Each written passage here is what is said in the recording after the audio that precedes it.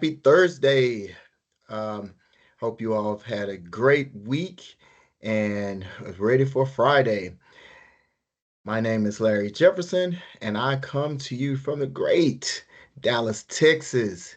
And we are part of the RAD podcast. I got my teammate here, and we're ready to go today. Yeah, man, we back. We back. We're back after taking a long time, extended period off. It wasn't even that Um, long. hey, some of our listeners, man, said it's been a long time, so they're glad to know we're back and bringing them some radical conversations.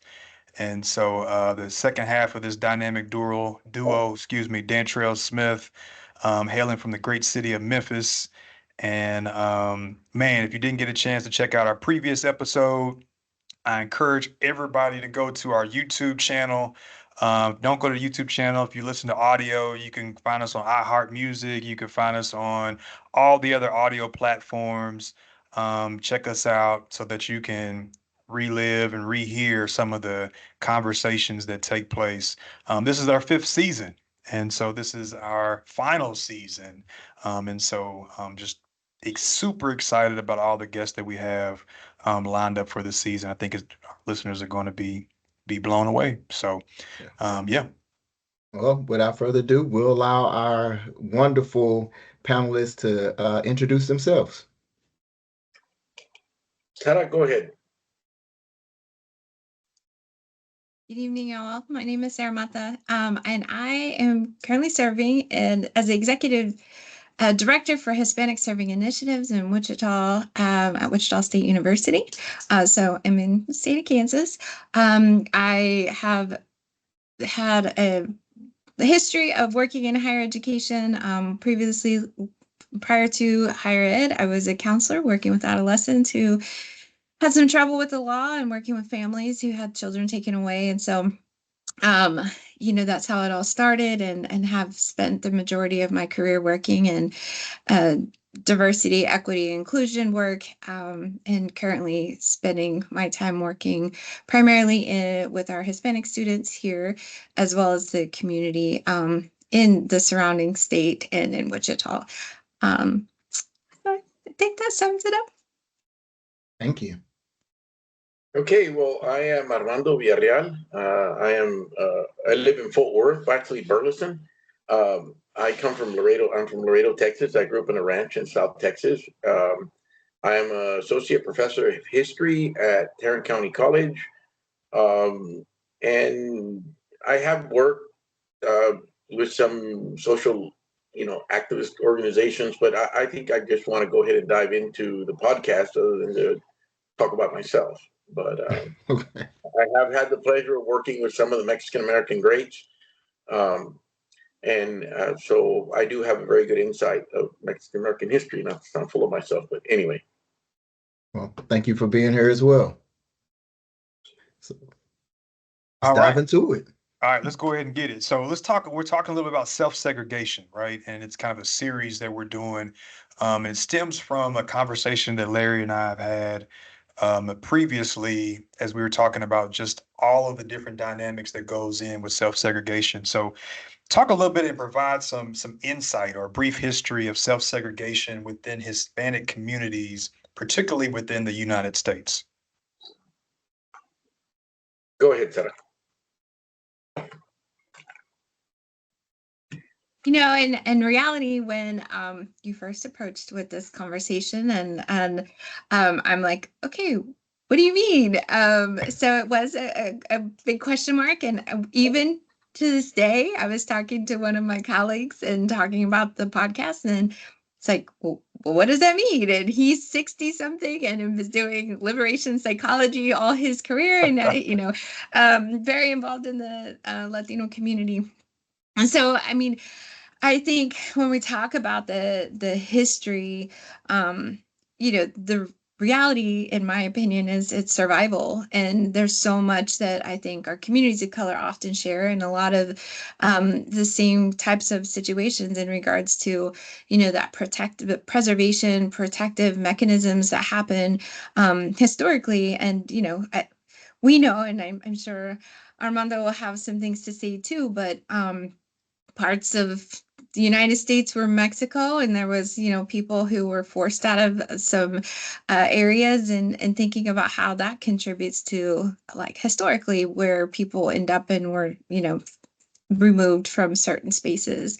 And so I think about how, our history is very much in line with, indigenous communities, and why people have had to preserve their communities to be able to live in particular areas, or find ways in which they're able to, again, in my opinion, there's a great deal of survival, and that's part of our history. So I'll let Armando. Good. Well, I agree with Sara that we see self-segregation in where individuals live in barrios, or, like when I moved to Fort Worth, one of the first things I did was find out where all the Mexicans lived. I wanted to know where the fiesta was and all that. Right. Let's However, go. when I wrote my master's thesis, I wrote it about pretty much the atrocities that Anglo-Americans committed against Mexican Americans after the U.S.-Mexican War, and in the interim period of like between 1860 after the Civil War, 1865 to 1900, and even into 1920 when you had incidents like the massacres at Candelaria, and just the widespread wholesale murder of Mexicans in South Texas.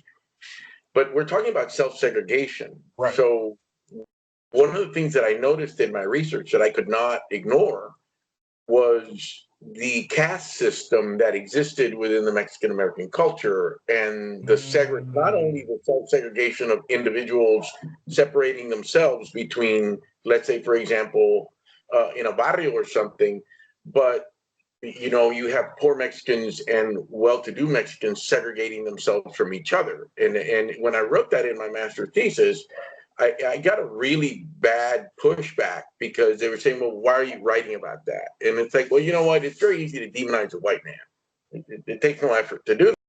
But we also need to look at ourselves and what we're doing and why we self-segregate. And as Sara said, it's for self-preservation. I mean, the main reason is to preserve yourself. But then you find out that within the self-segregation, there's another level of segregation as to where paternalism, where women and men segregate. One of the things that Jose Angeles Gutierrez told me that the Chicano movement failed was that when they had their Chicano consortium in El Paso, the women had a list of needs that they wanted to address. And they said, no, we didn't bring you all here to talk about what you need. We brought you here to take care of the kids and to make food. Wow. You see what I mean? Yeah. And the primary decline of the Chicano movement has to do with paternalistic men not allowing women to have their voice in the community or within the community. So I see that it's a very complex issue, and to where I have experienced, a lot of people tell me, how much racism have you experienced? And I said, well, I've experienced, there's been a lot of brown people that try to step on me. You know what I mean? But anyway, go ahead. So let me ask this follow-up question in regards to your thesis, because you were looking at two internal I guess populations of people.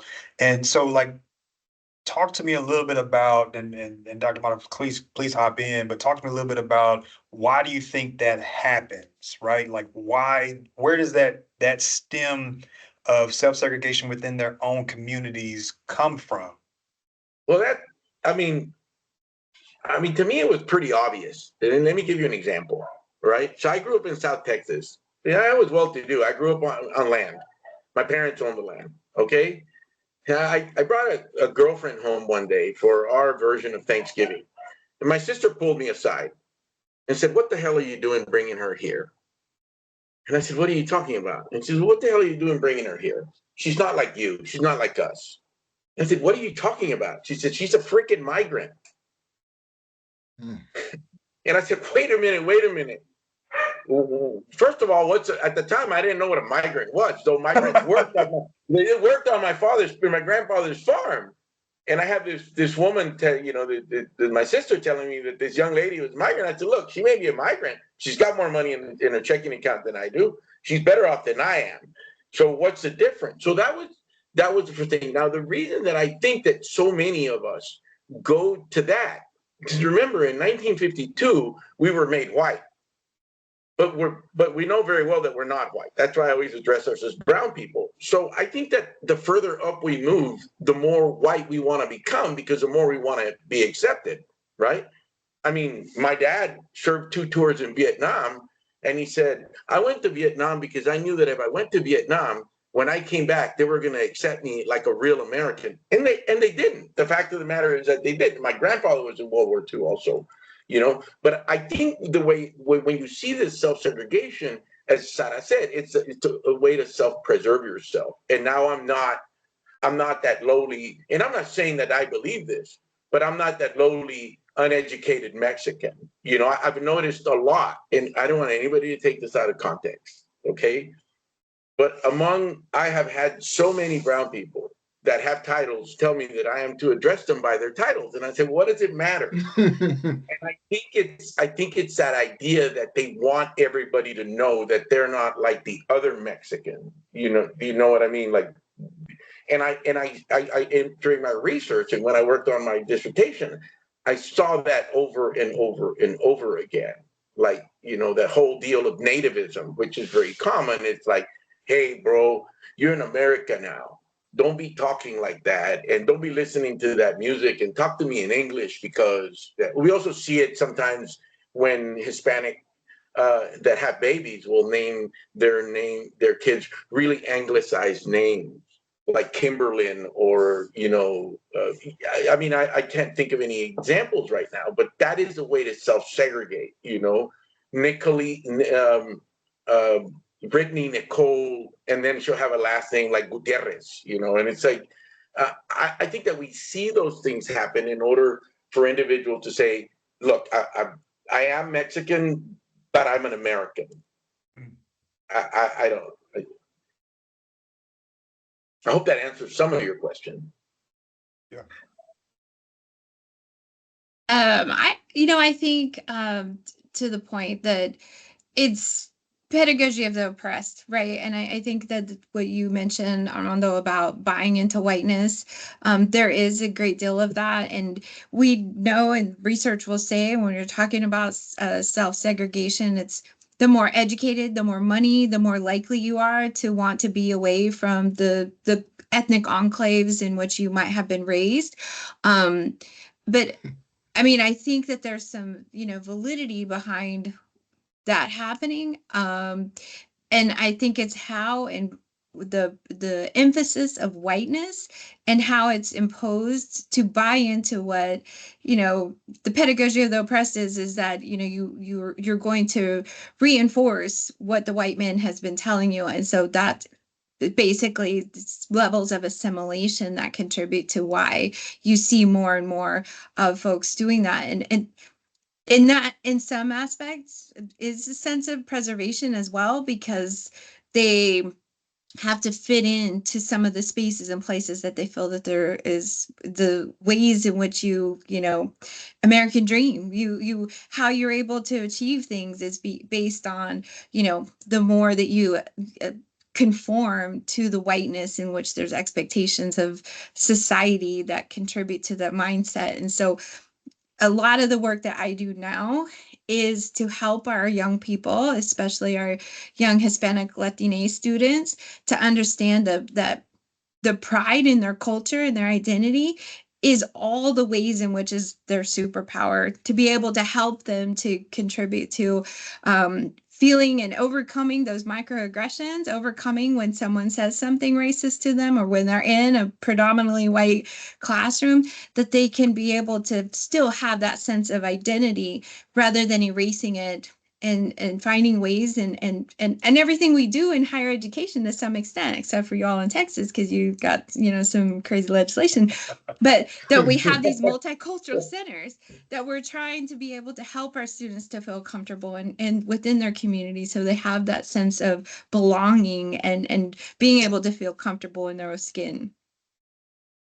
It's funny that you talk about the students and the younger generation, because our next question kind of dives into that, and it focuses on how has the historical background in Hispanic communities, how does that how has that impacted today's Hispanic families, the communities now, and some of the self-segregation that we see today? Uh, I'm sorry, I didn't really get the question. I'm sorry. You broke out. You broke up a little bit. I'm sorry, Oh, I Larry. said how with there being a new generation and new communities, new families, and just a different perspective on life, how has the historical aspect kind of impacted the current self-segregation that you see in today's family and Hispanic communities? Well, and because I've told Sarah to answer twice to go first, I'll take it. I think what happens is that you're beginning to see this generation of brown kids, and I hope I'm answering the question, is moving further and further away from our culture. For example, Hmm. my kid understands Spanish, but they don't speak it. So, is that what you're at? Is that what you're asking me? Like how How just more so like how are you seeing, are you still seeing the same pattern of self-segregation where Oh like you yeah, mentioned? definitely. I think I see it more now. I'll give you a very good example. I can't make a class of Mexican American history fill at TCC, and over 50% of the student population is brown, and I can't get Hmm. Oh, them to wow. learn. Yeah, I mean, I teach African American history also. We can't make a section of Mexican American history, man. And you don't know how many times I've had brown people tell me, "We're in America now. We need to learn U.S. history." Why do we? Yeah, I mean, this is, and you don't know how, you don't know how many administrators when I was building these classes to teach them at where we work would tell me, we're not here to learn about brown or Mexican American history, and they would say green history, blue, to make it to kind of lessen it. Said we're here to learn American history, So there is a reluctance, and I think the reluctance comes from the fact that they want to assimilate. And I'm gonna go back to what Sarah said because she hit the nail on the head right off the bat. It's a way to self-preserve yourself because I mean, it wasn't that long ago. I mean, I remember before the taco trend started, and what I mean by the taco trend is before the good cool chefs started saying that tacos were cool. I would go to graduate school and they would say like, "Hey man, did you bring some tacos?" And they weren't saying it like, "Did you bring some tacos?" You know what I mean? It was this whole Right. idea that I was still embracing. Well, what else am I supposed to eat, right? To me, it's a perfect food. Now it's not a big deal. But what happens is that I think that students are beginning to, and a perfect example of assimilation is a word that I completely disagree with. And when this Latinx word that they're throwing around, to me, it's one of the most absurd things that are, you know what? Quit telling us what we should call ourselves and let people individually decide what they're going to call ourselves. But most brown people that want to assimilate call themselves, I'm an American.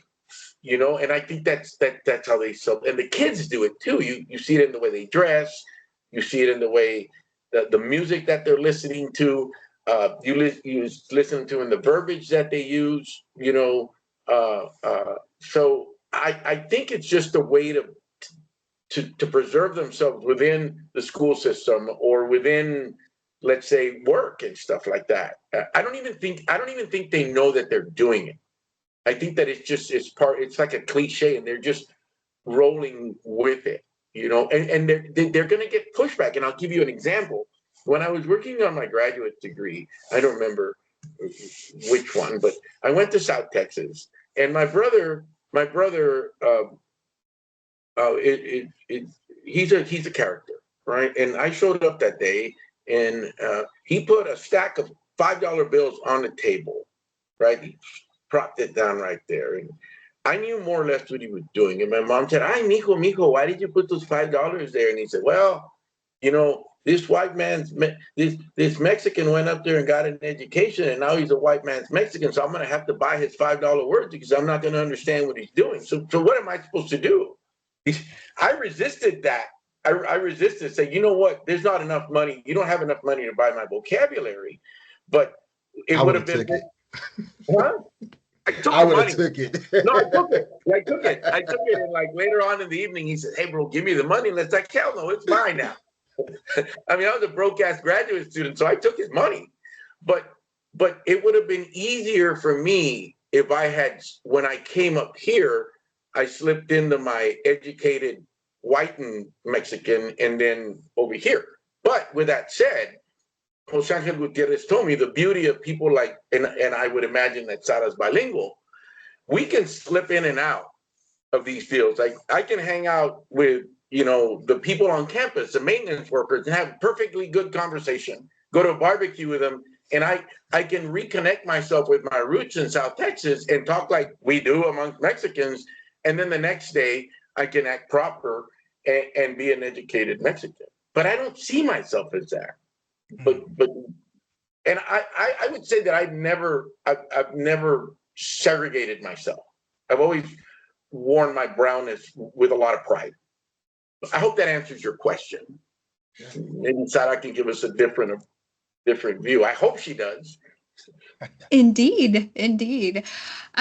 So I, as I mentioned, work in HSI work. So Hispanic serving institutions, 25% or more of your population has to identify as Hispanic to get the designation from the Department of Education to be an HSI. So a lot of the work that I'm in Kansas, where the demographics have just changed dramatically. So obviously there are places in Texas, and you can tell the difference between our, even our placement within the United States, how there are HSIs in Texas that have been HSIs their whole entire existence, but have not been doing HSI work.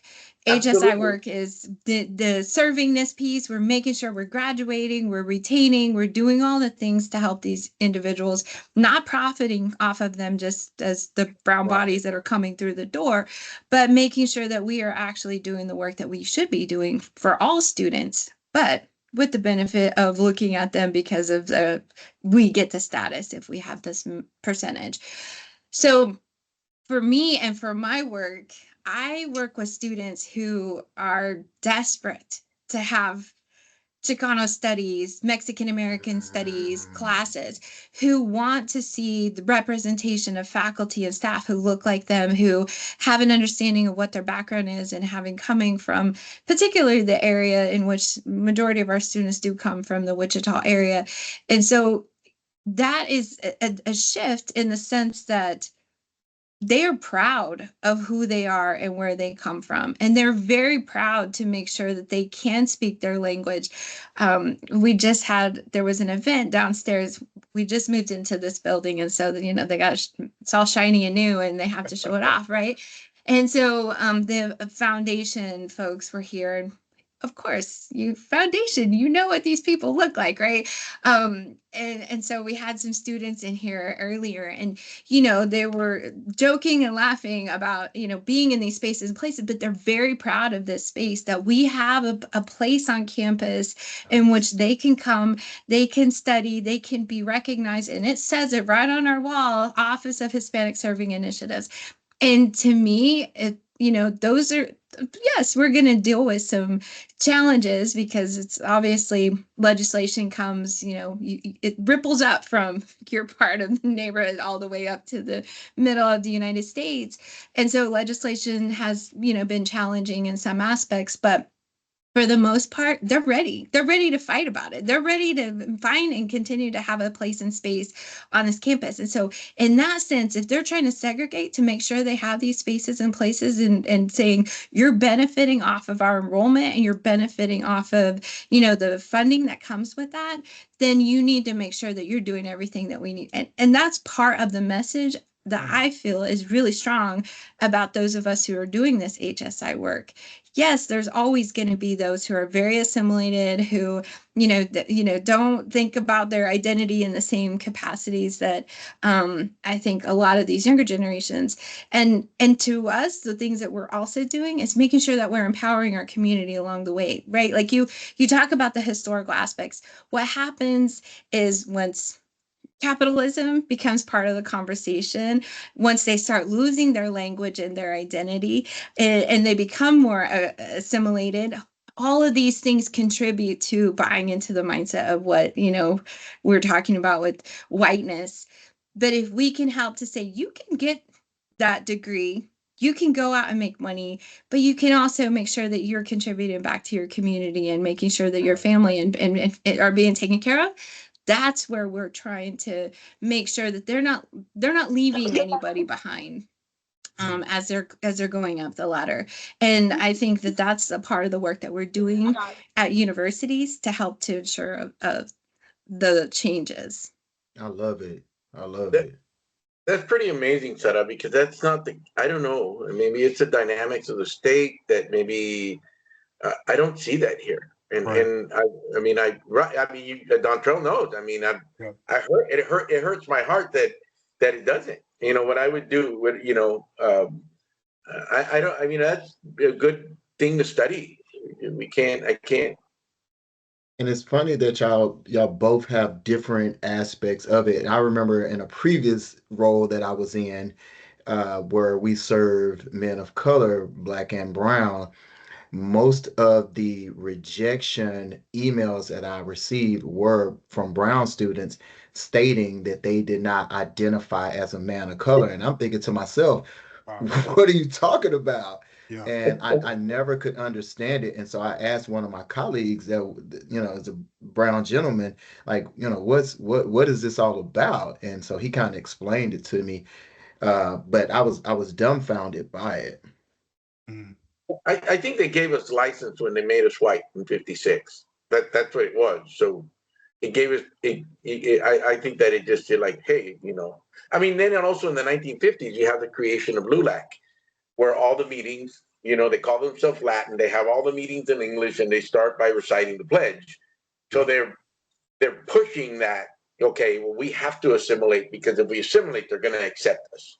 Yeah. I mean, look at what Kennedy did. I mean, Kennedy promised us the world, and we got crumbs. And I think Dantrayl and I know, and I think all of us know that whoever it is in power, whoever it is that's running the show, has left us to have very small pieces of the pie and allowed us to fight for it, and we pit ourselves against they pitted us against each other. And so I think it's always Larry, I'm glad you made that point because you don't know how many brown young men have just said, "No, I'm an American now. I'm in America. I'm a Hispanic. I'm not Mexican American. Nothing. Like they want to have nothing to do with it." That's It's, tough. it's yeah, I was having a conversation with a young man who just moved over here from Mexico, and good heart student, but he was going to go and change his name.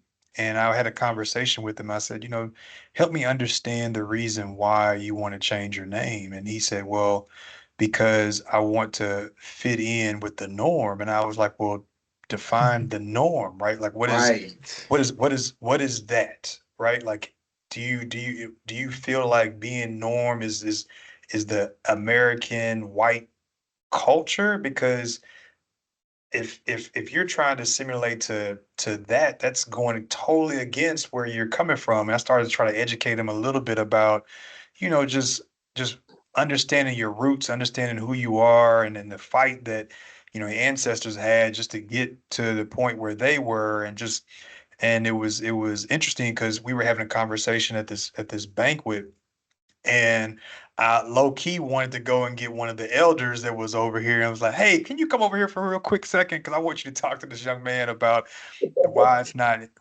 a good idea to change his name. And so it was really, really interesting the conversation we had. But without further ado, let's go to the next question. And I'm really interested to hear y'all's point on this one because I've seen it so many times in our society is where self-segregation really has, in my opinion, it's probably most prominent hold on our people. So talk a little bit about how self-segregation affects economic opportunities as well as social mobility. You want me to go first again, Sarah, since you went? Well, I think economically, one of the things, the way that it affects people, and maybe I'm kind of going to be all over the place here, but one of the things that I notice, because I go to flea markets a lot, and you'll see Hispanics buying stuff at flea market, and I tell myself, don't they know that they can buy the same stuff like at a real store for almost the same price? So I think that's a way that they segregate themselves economically and don't expose themselves. Go ahead, Larry. Hold on. The flea markets are charging regular store prices now? Hell yeah. Yeah. Yeah. Yeah. I mean, I saw a Brown family buy 5 gallons of paint the other day. I don't know, it was some just glidden ceiling paint for $55 for 5 gallons. You can get it at Home Depot, just a regular contractor grade for $10 more. And that's self-segregation. They think, well, we're Mexican or whatever it is that we are, so we're going to go to the flea market. So that's one thing. The other way that I see that's economically, and I see this with a lot of Hispanic males, that they say, why the hell do I want to go to school? I'm going to go ahead and I'm going to school, and I'm going to go to school for 4 years, then I'm going to get a bachelor's in what? I'm going to make $50,000 a year being a teacher. I can go work with my uncle in a body shop, and I could make more than that in a year. So when you see it's these ways that economically they begin to say it. I'll ask the students sometimes when I teach Mexican American history, and this goes for Black students too. When I taught African American history, I said, the reason I'm teaching you this class is because there's not enough Black people that have graduated to teach it. So why don't you do it? And then I'll ask them, okay, so how many of you think you can be me? That is not even within their spectrum of views. They see us as being some sort of demigod, that they could never. And I think that those are the economic constraints that they have, that they can't look any further than that self-segregated society that they live in. Ooh, that's good. That's good right there. I think they can't say like, okay, well, why don't I take that leap and go try something else, and I think that that doesn't, it impedes growth, I don't see it. I don't see this. I spend a lot of time with the maintenance people. I become really good friends with them on campus. Invite me to birthday parties and stuff. And because they've worked at a college campus, they don't have the same mindset. However, they still tell me that they're not like me. They'll say, maestro, and I tell them, well, let's go eat at this restaurant. And it's like, well, I wouldn't even know how to eat there. It's like, it's just a regular restaurant like anything else. So yeah. So I think, does that answer some of your question, Larry, about, economic segregation, or did I completely miss the target? That was Dantrayl's question. No, it was good. It's good. Oh, was it? Yeah. Go ahead, Sarah. So prior to being back in Kansas, I was in Oklahoma for a great deal of time, and Tulsa is my favorite city. I love Tulsa. I could retire there if the politics settled down. But one of the historical lessons of Tulsa is Black Wall Street, right? And I think of Black Wall Street having their own movie theater, their own doctors, their own school. I mean, they had everything, and they were taking care of their community, right? That's how I see our community within the Hispanic community, specifically here where I'm at, that they're supporting each other.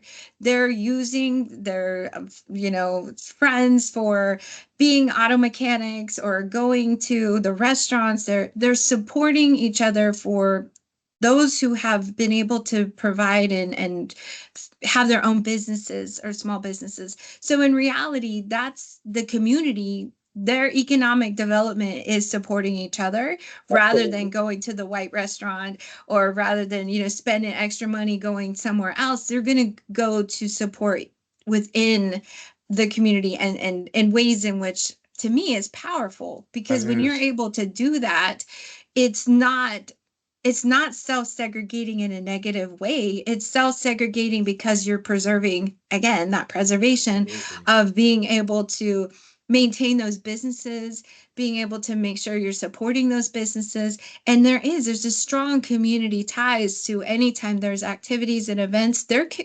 We just had a conference last week, about 100, so 200 people, 150, I would say. We're a restaurant, one of the local Mexican restaurants said, "Oh, we want to give back. How can we help?" Catered our whole entire lunch and charged us nothing for it. And that's not uncommon, because they're like, we want our names visible. We want to know that, we want people to know that we're doing things to be able to support our young people, education, and being able to be visible in those capacities. And so to me, when I think about the importance of that, um, providing our own needs, providing our own services in ways that, again, one of the major issues, especially for a lot of folks who are coming into, it might be different than Texas, is because we have more newer arrivals here to the area.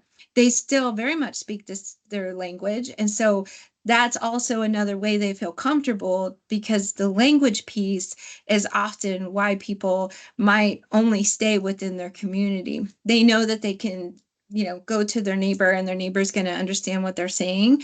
If they try, those who are more recent, immigrants are more likely to want to stay in places because it's their way of learning the country. It's a way of learning the cities. It's a way of learning the ways in which we operate here in the United States. And so they're going to be able to trust, the neighbor who has been here for a lot longer than some of their family members have. And so those are ways in which I see it's a positive thing in how that survival piece is being able to make sure they're able to take care of their families and feed them, because they're helping to support the other businesses that are just like them. Sounds Sarah, like you're an absolutely, amazing community. you're Man, Thank absolutely, Kansas, she's right. Kansas wasn't like that when I was at Iowa State, and we used to go down to Kansas. It wasn't like that. you. You were in the wrong parts. Where were you at KU? You're at Lawrence. Don't go there.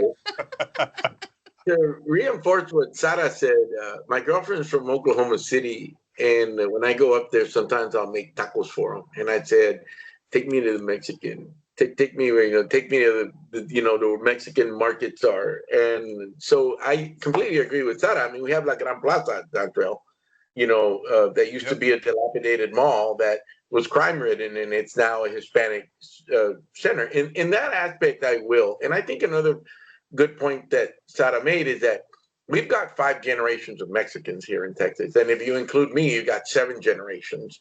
So I think there's a lot more stratification among that, and I think I completely agree that in a place like Wichita, Kansas, that they are going to be a lot more cohesive, as where in Fort Worth it used to be North Side where all the brown people lived, and now there's some in South Side, and so there's enclaves of brown people living anywhere. I mean, look at what they did in Rosedale.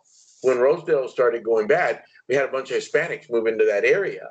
So I think that's an interesting point that she made, that we do support. Like I agree with her. I shop when I want to make tacos. I don't go to Kroger's. I go to carniceria, and that's where I get my stuff. So in that aspect, yeah, we do. And to add one more thing that she said, when I was a graduate student and I lived in a predominantly Hispanic neighborhood, I don't now, right? At Dantrayl, I live in Johnson County, so I'm a minority, right? I'm like a token Mexican here. Extremely. I'd be surprised. There's a lot of them here, but people would come knock on my door and they would say, "Maestro, can you help me because my son got this letter?" Or "Maestro, a teacher did this," or Oh kids would, wow. yeah, they would come by and say, "I wrote this essay. Can you tell me if I'm on the right track?" And sometimes the essays would be about biology, or it's like, "What makes you think I know anything about this?" But it was just a simple fact that they could turn to me. Yeah. And Sarah's absolutely right. It's that sense of community. When I left the last community, they were I lived in a cul-de-sac where it was predominantly Hispanic, and they were very sad to see me go, because I said, I'm going to Burleson. They're like, "Where are you going?" You're going to white people land. Yeah, exactly. So for this last question, I almost kind of want to switch it up based off of the conversations we've been having, but I'm gonna Yeah. go ahead and ask it, but I may still kind of tweak it a little bit. Go ahead, bro. Uh, Tweak it, tweak it, so tweak it, man. yeah, um, what efforts or initiatives do you think are necessary to be in place or to bridge a gap? Do you think it's necessary for the Hispanic community to bridge gaps with other ethnicities? And if so, can you speak on why it's necessary? It's a good twist. You want me to go, Sarah, or you want to go? I can go for since you twisted up. That's not my notes here. Well, Hey, I It's read it okay. like a couple of Ahead of times and I time. was like, that's a good question, but let's see, That's a very let's good change it a question. little bit. Um, so again, I bring back my HSI lens. And since the day I walked on this campus doing this work, they're like, well, what about the Black students? What about the Asian students, right? Because the title is Hispanic. So I have to make sure there is, and I know you, Taryn, as a HSI, there is no grant out there that says, oh, no, no, no, you can only use it for Hispanic students. Oh, this is, yes, it's HSI, but nothing is ever going to be just for Hispanic students. And so when we're talking about Department of Ed, NSF, all the big grants, right? Multi-million dollars. And so I have to then say the lens that I'm looking at things, obviously, again, we're profiting off of to some extent our brown students. But the reality is we're using that lens to be able to say, okay, this is where we could do better. And this is where, we're doing okay.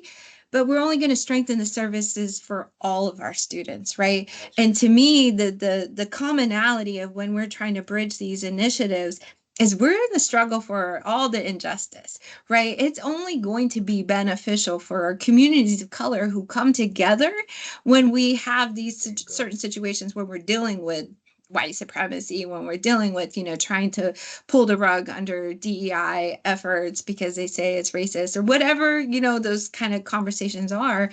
And so to me, as we're thinking about doing, even with HSI, I have to be intentional of how we're looking. Yes, we're not graduating our Black students at the same rate.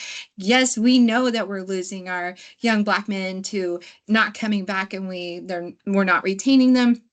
What are we going to be doing and how can we make sure that those efforts are being addressed? And so to me, that is important as we're looking at how we're bridging and how we're, strengthening the services. Again, my lens is higher education because that's where I'm at, but I'm looking at our, high schools. We have some real deficits in our high schools in regards to serving and supporting our students. And so we're not going to see them at the universities until we fix and address what's happening in our schools to be able to have those better pathways too. And to me, that's where we can find better avenues to making sure that we're collaborating because, it's never just about the brown students.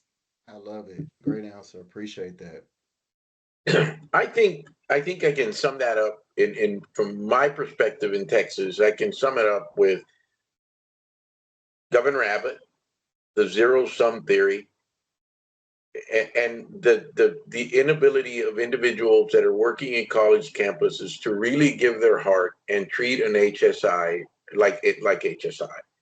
And I think the powers that and Dantrayl and I have had some conversations, not full conversations, but one time he told me we need to really talk about who is keeping us down, you know, because Hmm. it's Yeah. yeah. In Texas, we it's like at least in Kansas, they've got kids that we can't even we can't even get our counseling departments to push students to get into these classes, you know. So uh, uh, I it's like in Texas, we live in a vacuum. I mean, one of the big things that's going around right now is what's going to happen to the multicultural center, or because with Senate Bill 17, I mean, every time we turn around, you have somebody else trying to say, well, we're not, Senate Bill 17 is not going to allow that if I can't suggest that we have a center for Hispanic studies, but a student can suggest it, right? Yep.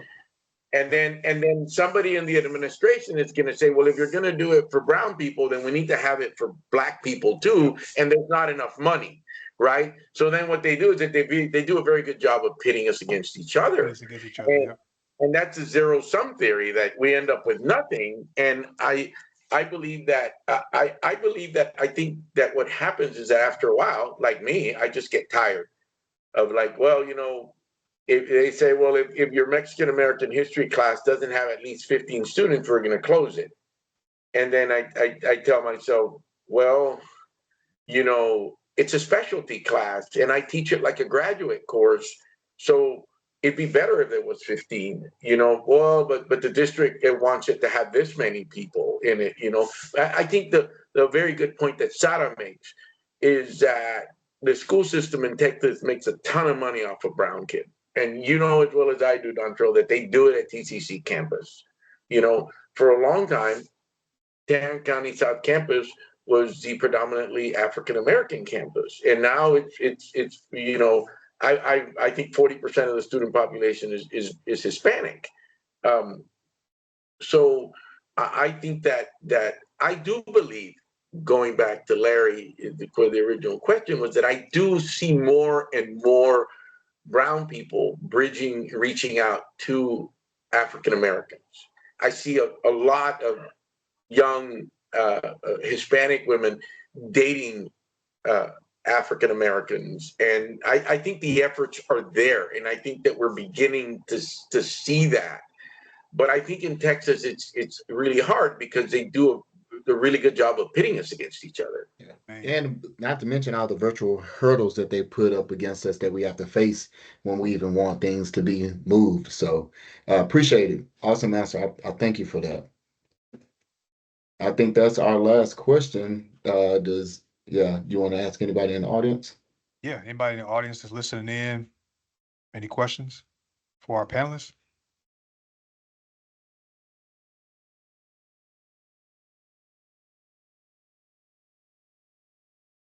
All right. Well, I have one final question, and one of the things that we always try to do for all of our listeners that listen to this, later on is what can they do, right? Like, so in their lines of work, in their everyday lives, what can their role be to help push, what I'm saying, in the positive direction when we talk about self-segregation, but what can their role be to really kind of help the cause?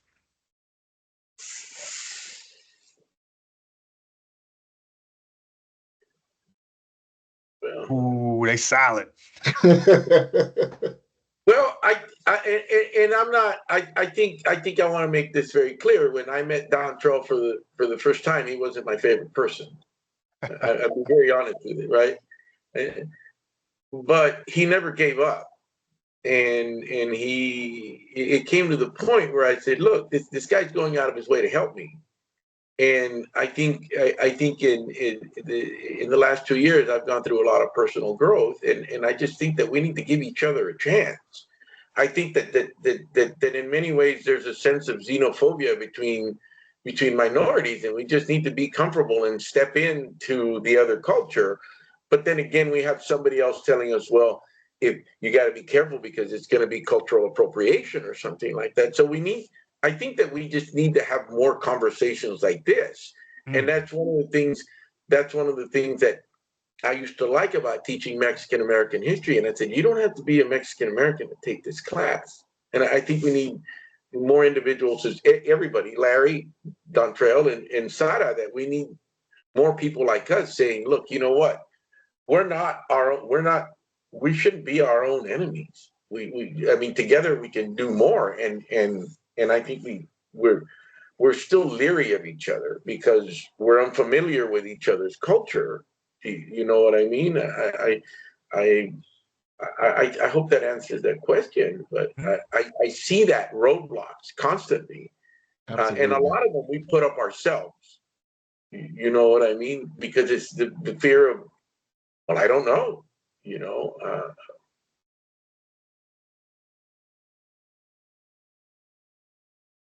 Yeah, I mean, and I think we're not all homogenous either, right? So, I'm in an area where I'm fifth generation Mexican American, and I know predominantly we talk about that's Hispanic, but I mean, there's large population of Guatemalan and El Salvadorian and Honduras. I mean, we're all over the spectrum when it comes to what is encompassing our Latino Hispanic community.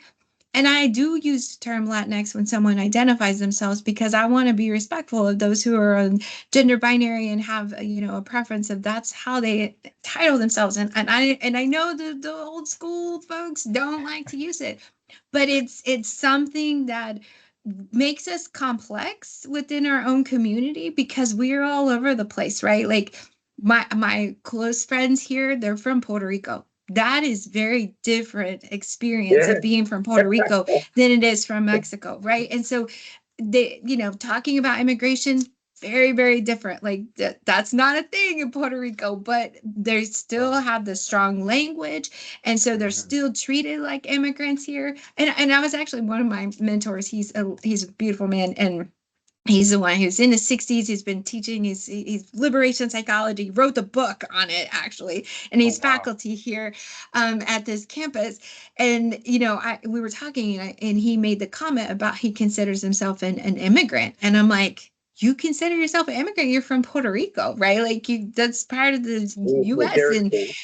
And so, I think for me, and answering your question is that, not making the assumption that we're all just alike just because we're in that box. And it's the same, I think with all communities of color, like the person who's running for governor in North Carolina doesn't necessarily mean he represents all of the Black folks, right? Like, and it's the same when we talk about our community. Just because they all skin folks ain't kin folks, right? And so I think just being able to Facts. educate yourself and having constructive conversations and better understanding the different communities and cultures that are encompassing when we're talking about Hispanic and Latino communities. Yeah, Dantrayl, let me add something that Sarah said that has a lot of points. One time we were at a meeting, I don't know, on campus, and it was a Puerto Rican, myself, Carlos Rovello, who's from El Salvador, and a guy from Honduras. And the person comes up and he says, "Perfect. You all are the same. You all are brown people that speak Spanish. I want you to be the group." And I'm like, wait a minute, this dude's from an island. He's from an island, man. He's from Puerto Rico. It's not even a state, it's a territory. And I was joking.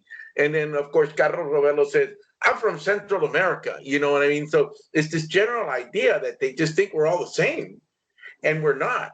We're absolutely not. And I think the other thing that I wanted to point out, Sarah, is that I don't have a problem with the term Latinx or Hispanic. If a student tells me I'm Hispanic, fine. I don't like it when they give it to us and they say, "This is what you are." You know what I mean? It's like, I always ask, what do you want to call you? Like, I asked a student one time that I became friends with, an African American student. If I'm not gonna call you African American, what should I call you? And he said, "Black." But for such a long time, Black was like deemed a bad word or something. So my white friends affectionately call me Mexican, and you should see what people do when they call me Mexican when they don't know that they call me that. They think like, oh my God, he just called him a Mexican. Or Mm. when I started using the term brown, I tell my students in my class, I'm going to use black, brown, and white. Get over it, because I'm a brown person. So when people like tell me, well, how do I identify? I'm a brown person, and that shortens it, right? Now, absolutely, what Sarah says, when you have individuals that are trans or identify otherwise, they want to be called Latinx. I don't care, Um, but I don't want I, somebody to come and tell me you're Latinx, and it's like, no, I'm a brown person. I think you got a question in the chat, Larry.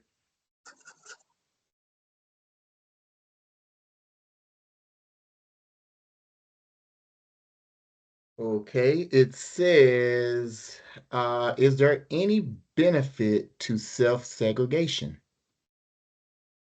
Absolutely, there is. I mean, I was gonna let Sarah David. Oh, She okay. said it earlier. I think in today's world, there is more benefits than less benefits. Like she said, especially if you're dealing with a community, and it also depends where. And I would say that what I've learned from Sarah today is Tulsa and Wichita, in those communities where they really are minorities, then that would be incredibly beneficial. But when you get in places like Texas, where, I mean, the last time I heard, they said we were going to be the majority in 2080. Then they moved it to 2050. Now they're talking 2040. You know what I mean? So in communities like Texas, there really isn't any reason to self-segregate. But if you live in Anchorage, Alaska, self-segregation is going to benefit you, or Wichita Falls, Kansas.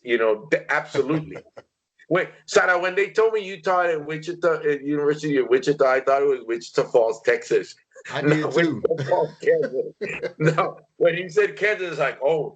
And by the way, I'd love to go up there and talk or do something for you. Yeah. They have to pay me. I'd love to go up there because we don't. I think what it is that because there's such a huge polyglot of brown people here that there's no need to self-segregate anymore. They're just very entrenched in all of Texas. After we're in Kansas, they stick out like a sore thumb. We are growing in our population though, so when certain spaces you're not, you're amongst community. But there's an author, he was a journalist for the Dallas Morning News. He's also dear individual, Alfredo Corchado, and he wrote a book called Homelands, and he talks about his experience going and having to work at the Wall Street Journal in Philadelphia and how isolating and alienating it was for him, and he had to figure out where the community was. And so that's how he was able to feel a sense of belonging and home, is when he was able to find some individuals who did share his identity and understand his background and where he came from. And he writes about these ethnic enclaves in places like, Minnesota and beet farms in Michigan and these different spaces that obviously agriculture contributed. The reason why we have so many in Kansas, why my family is here, is because of the railroads, right? There's some history around how, and I was actually just talking to a historian today because I have notes from my grandmother from 1930s where her and some other members within the state had this social club where they would get together and celebrate Mexicans' Independence Day, and they would have these big celebrations.